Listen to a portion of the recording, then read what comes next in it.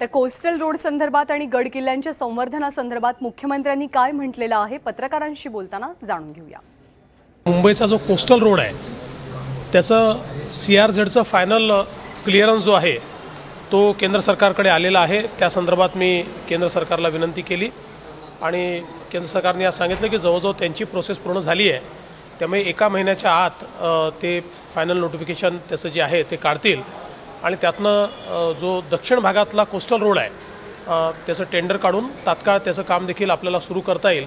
मुंबईच्या महापौरांनी एक पत्र पाठवलं होतं आपल्याला की जे मुंबईचे रखडलेले प्रकल्प केंद्रामध्ये ते त्वरित मार्गी लावा। त्या संदर्भामध्ये काही झालं का? मला काही ते मिळालं नाही आहे, मी आता नंतर बघीन ते मिळाल्यावर। विशेषत्वाने छत्रपती शिवाजी महाराजांची राजधानी असलेला जो रायगड किल्ला आहे याच्याशी महाराष्ट्राचा प्रत्येक व्यक्ती जुडलेला आहे।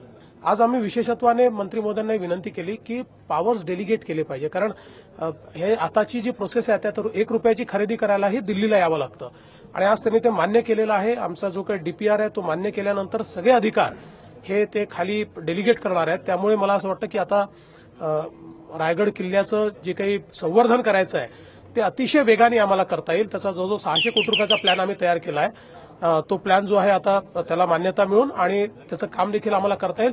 त्यासोबत इतरही जे किल्ले आहेत छत्रपती शिवाजी महाराजांचे जे जगात अगदी ज्याला आपण जगातलं आश्चर्य म्हणू शकतो अशा प्रकारची त्याची रचना आहे, तर या सगळ्या किल्ल्यांच्या संवर्धनाकरता जो काही मार्ग आहे तो माननीय मंत्री महोदयांनी मोकळा केलेला आहे। मी त्यांचे आभार मानतो।